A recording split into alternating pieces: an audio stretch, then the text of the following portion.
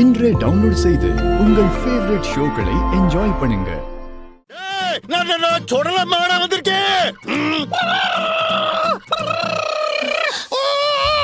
இங்க இப்படி இந்த வீட்டுக்கு இன்னது தனிக்கடி சடையாள வரலாம். என் வீட்டுக்குள்ளார இந்த சடையாள நம்பதிய நான் தான் ஊரை காக்கிற காவல் தெய்வம் சுடலமாட.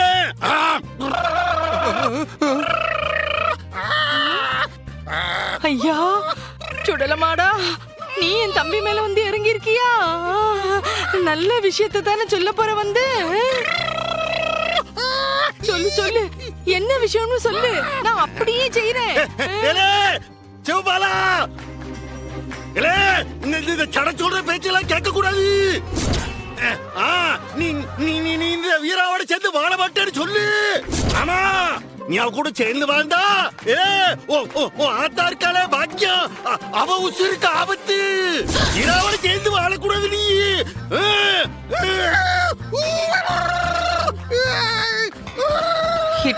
என்னடி சொடல வந்து இப்படி சொல்லுதான்? அத்தை, இது சொடல இல்ல, சூத்திரதாரின்னு நினைக்கேன்.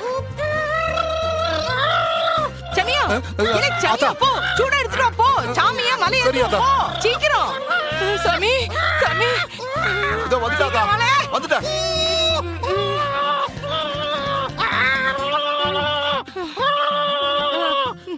குடு குடு குடு.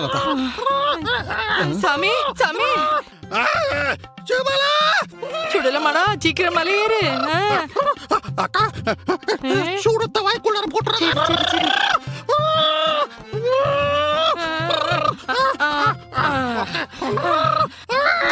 சீக்கிரம் மலையேறு சாமி, மலையேறு மலையேறு சாமி.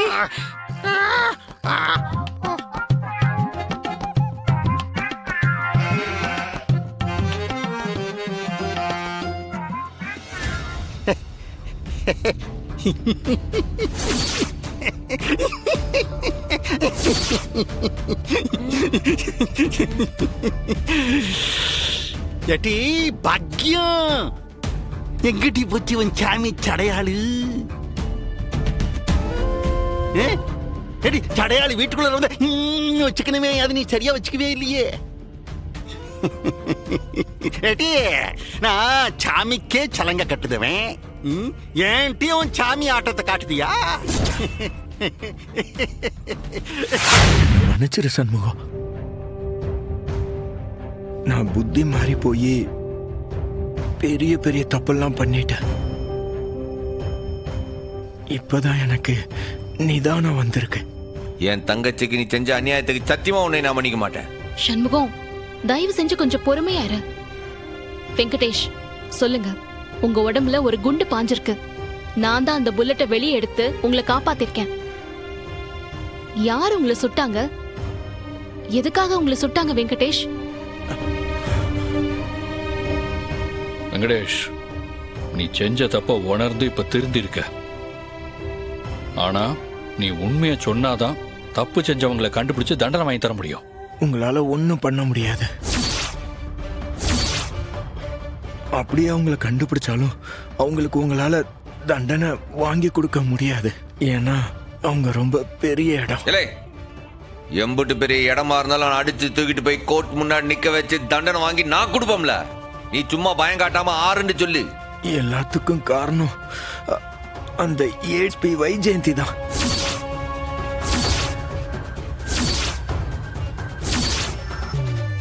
இப்ப சொல்லு சண்முகம், உன்னால அவங்கள அடிச்சு இழுத்துட்டு வந்து கோர்ட்ல நிப்பாட்ட முடியுமா?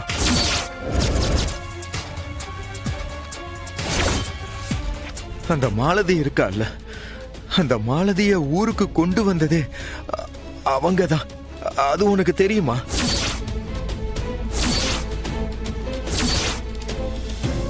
உங்க ஸ்கூல்ல டீச்சர் தேவைன்னு கால்ஃபேர் பண்ணதுமே போஸ்டர்ல வந்த எல்லா அப்ளிகேஷனையும் தடுத்து கிழிச்சு எரிச்சிட்டு மாலதியோட அப்ளிகேஷனை மட்டும் ரத்னாவுக்கு கிடைக்கிற மாதிரி செஞ்சது அந்த வைஜெயந்தி தான்.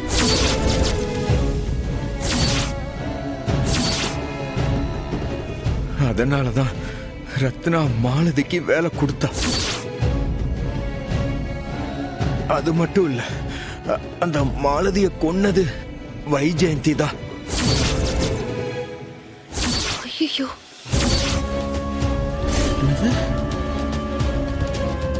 யோ என்னையா வளர்ற? நீ எவ்வளவு பெரிய விஷயத்த சொல்ற தெரியுமா? இந்த விஷயத்துல நீ விளையாடின உனக்கு கடுமையான தண்டனை கிடைக்கும் பாத்துக்க. சாவையே பார்த்துட்டு வந்திருக்கேன், நான் எதுக்கு போய் சொல்லுவேன்? மாலதிய வர வச்சு அவளை வச்சு உங்க எல்லாரையும், முக்கியமா உன்னை பழி வாங்கியே ஆகணும்னு அவங்க துடிச்சுக்கிட்டு இருந்தாங்க. எனக்கு அந்த அம்மாக்கு என்ன? சண்முகத்துக்கும் அந்த லேடிக்கும் என்ன சம்பந்தம்? இவனை எதுக்கு அவங்க பழி வாங்கணும்? அதெல்லாம் எனக்கு தெரியாது. ஆனா அவங்க சண்முகத்தை பழி வாங்கணும்னு துடியா துடிச்சுக்கிட்டு இருக்காங்க.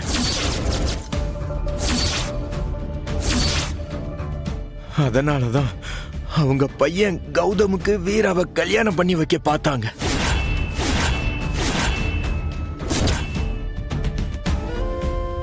கல்யாணம் பண்ணி வச்சு என்னென்ன பண்ணணும்னு நினைச்சாங்களோ அது எனக்கு தெரியாது. அதுக்காக தான் திட்டம் போட்டு அவன் மாவனுக்கு வீராவை கல்யாணம் பண்ணி வைக்க பார்த்தாவளா? நிச்சயம் விஷயம் ரொம்ப பெருசு. ஒரு போலீஸ் அதிகாரியே இதுல சம்பந்தப்பட்டிருக்காங்க.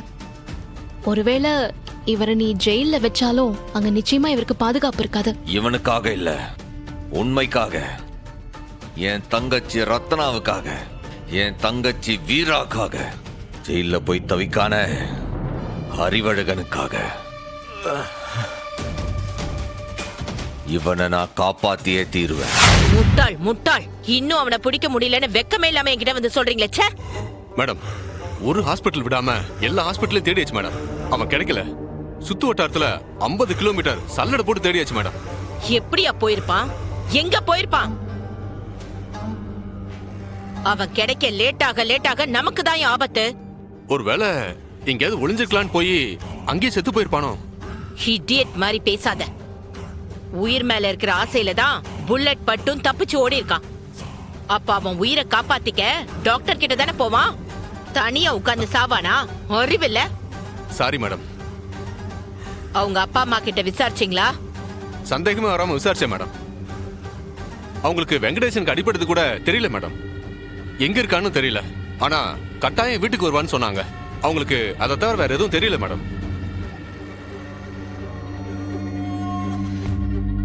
எப்படி எங்க போயிருப்பான்? ஒருவேளை நிஜமாவே செத்து போயிருப்பானோ? ஒருவேளை அவன் அந்த சண்முகத்துக்கிட்ட போயிருப்பானோ? சான்ஸே இல்லை மேடம்.